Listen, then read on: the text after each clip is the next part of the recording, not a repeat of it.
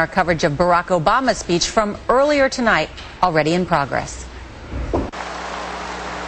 We want to promote trade, and we embrace globalization, but we also want our trade deals to have labor standards and environmental standards and safety standards so our workers aren't undermined and our children aren't playing with toys based in lead paint.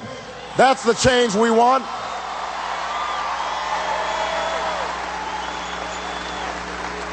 And I will raise the minimum wage not every 10 years, but to keep pace with inflation, because if you work in America, you should not be poor. And that's a goal that we should set for ourselves when I'm President of the United States of America.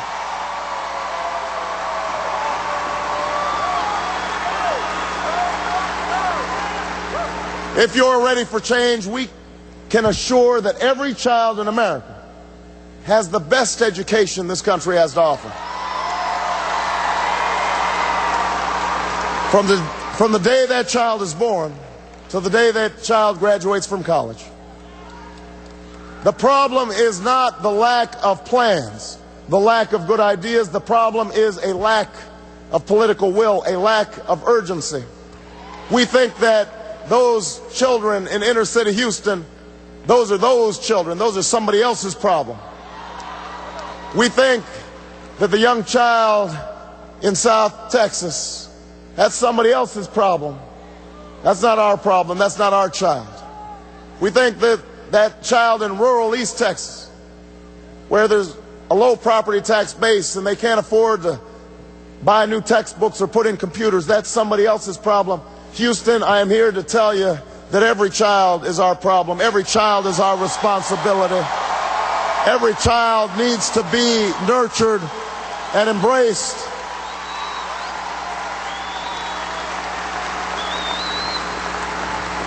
And so we are going to invest in early childhood education to close the achievement gap.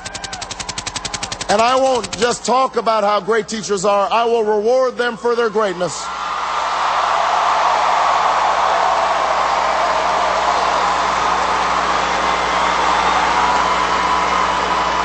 By giving them higher salaries and giving them more support. And I want the highest standards in our schools.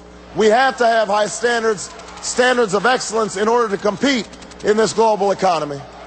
But I don't want our standards measured just by a single high-stakes standardized test, because I don't want our teachers teaching to the test.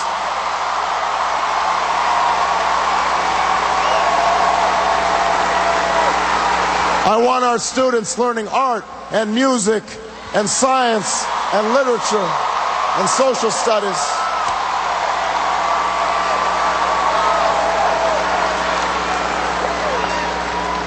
And I don't know about you, but I think it's about time we made college affordable for every young person in America.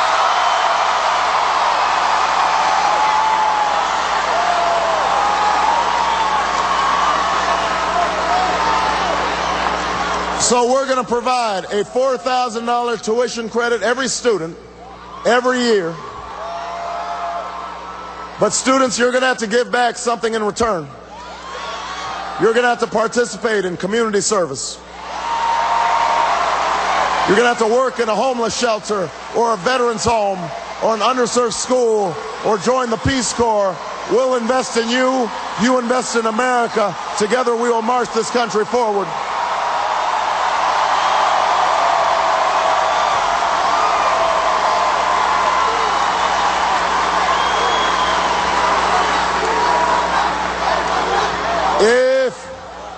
If you are ready for change, we can start having an energy policy that makes sense. We send $1 billion to foreign nations every single day, and we're melting the polar ice caps in the bargain. That has to change. And so we're going to cap the emission of greenhouse gases. We are going to generate billions of dollars from polluters to invest in solar and wind and biodiesel.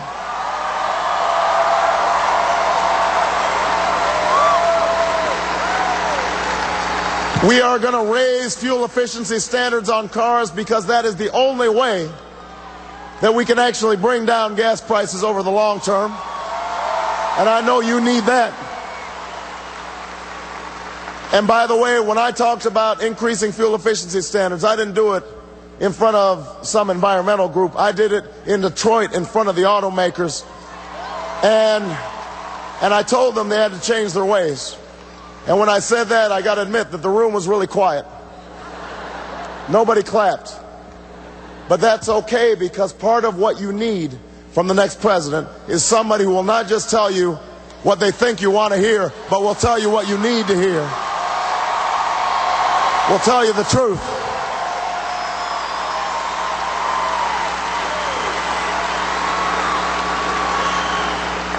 If you're ready for change, we can stop using immigration as a political football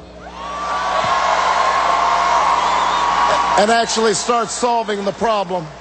We are a nation of laws and a nation of immigrants. And those two things we can join together. We can get serious about our borders and crack down on employers who are taking advantage of undocumented workers and undermining U.S. labor. But we can also provide a pathway for those who are living here. They can pay a fine and learn English and go to the back of the line, but we've got to give them an opportunity too. We are a nation of immigrants.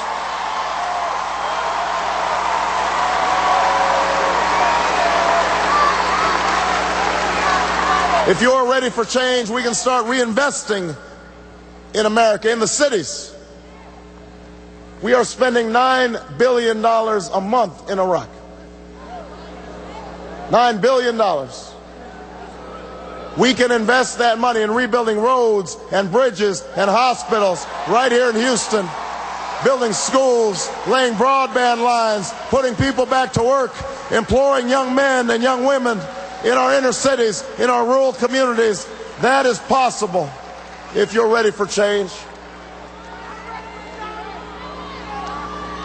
We can create the kind of foreign policy that will make us safe and will lead to renewed respect of America around the world.